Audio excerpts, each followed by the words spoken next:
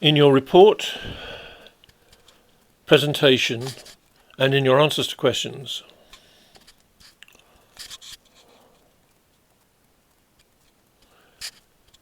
you demonstrated your strong commitment to keeping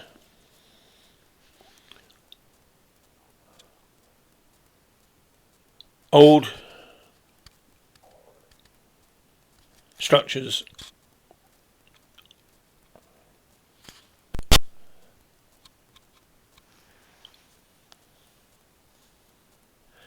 in maintaining old structures in a usable condition by repair and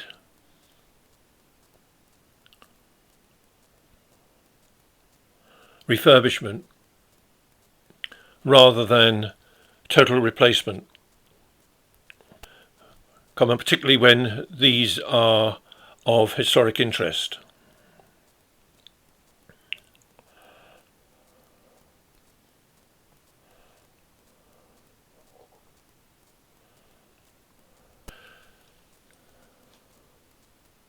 You described well the measures you would take to prevent pollution of watercourses, Bearing Bridge, by full containment of the work,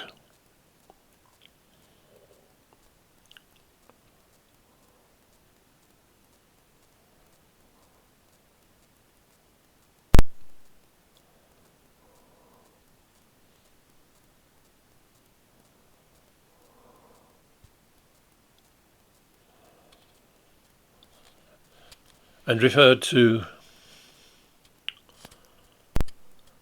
your involvement with other departments concerned with ecology and environment in other refurbishment works. Stop. Quote Cleveland Bridge. Stop. Your reviewers were satisfied that you met the requirements of this attribute.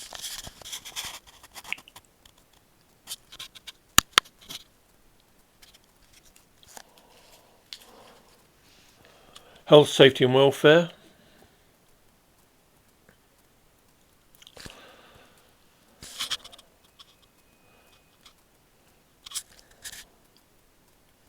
You explained how safety of your inspection team and of contractors carrying out repairs was of paramount importance. You explained the use of a crash deck,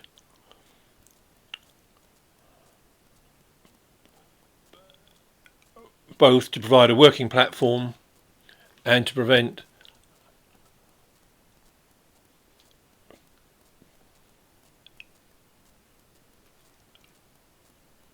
debris and other materials used in the other materials and objects used in the repair works from falling onto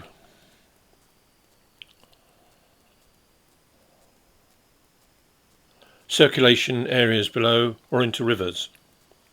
You particularly mentioned the matter of the dangers of working over water and the measures that you took, and how you used, in some circumstances, an up and over rig when carrying out inspections of the underside of bridge structures from the top deck. Stop. Reviewers were satisfied that you met the requirements of health, safety and welfare.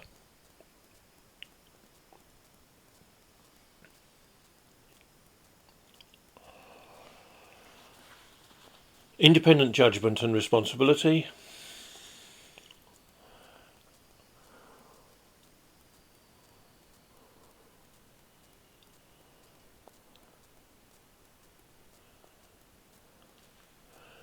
You explained well how when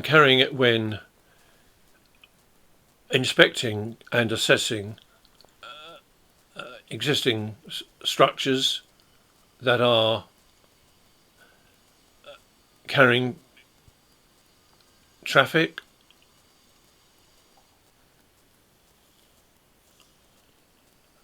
the problems of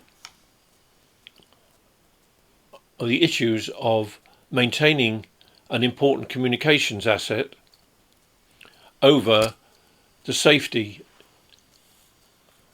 and integrity of the structure,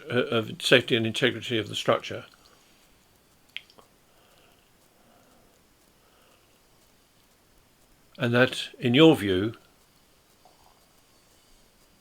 the safety of the structure, the safety and integrity of the structure was paramount. In the course of your work, you look to alternative routes that might be followed if and when a bridge had to be taken out of service. You describe situations where you'd had differences of opinion with colleagues and supervisors over the seriousness of the condition of structures you were assessing and the desirability and cost of long-term repairs.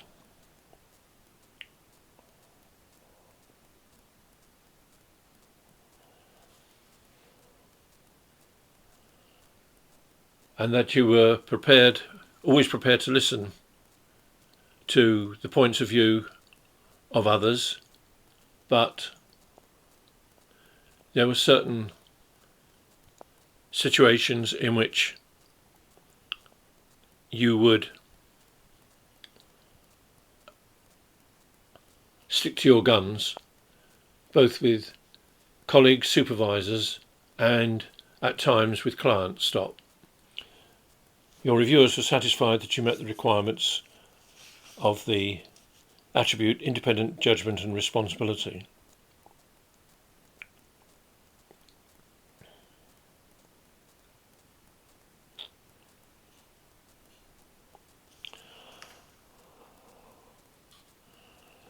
Management and leadership.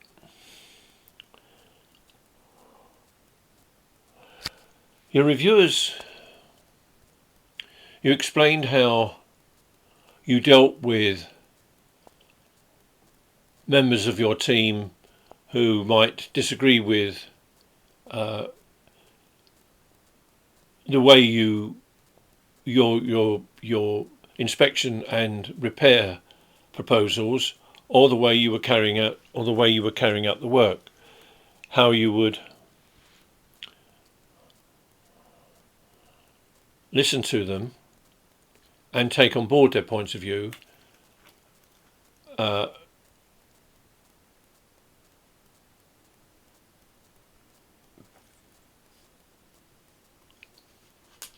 providing it didn't interfere with the carrying out of the work.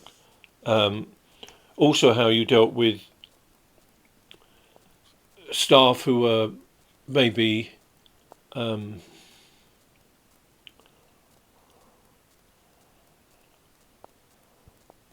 were inefficient, that in some cases you had arranged for them to be transferred into other teams. Stop. However, it was in the matter of the department and how it allowed them to overrun their budget by a considerable margin without seemingly be aware of it until the costs had been established. Your reviewers felt that you should have exercised better management and financial control over the work of other departments that were reporting to you, and have taken and have recognised that such costs, while they might not be assigned to your division or to the cost of the project still have to be accounted for in the overall budget of your company. Stop. Reviewers. On the whole, your reviewers were not satisfied that you fully met the requirements of management and leadership as would be expected of a chartered engineer managing a project or managing a project using disciplines for whom he was not directly responsible. Stop. Accordingly, your reviewers do not consider that you met the requirements of the attribute management and leadership. Commercial ability. Whilst you seem to manage well the financial control of a job where the fee was based on reimbursable costs,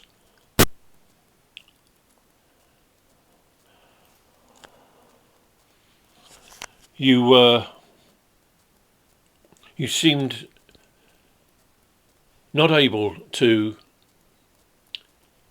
scope a consultancy or a design job for which a fixed fee had to be submitted, both in terms of determining the work packages, the deliverables,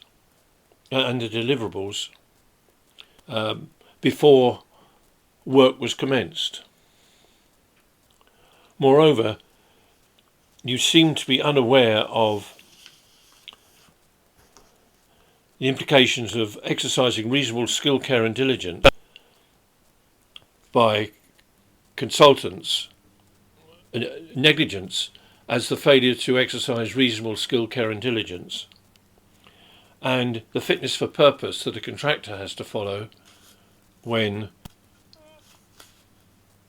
in terms of workmanship for an ad measurement job or for design and construction, for design and workmanship on a design and build job. Accordingly, your reviewers were not satisfied that you met the requirements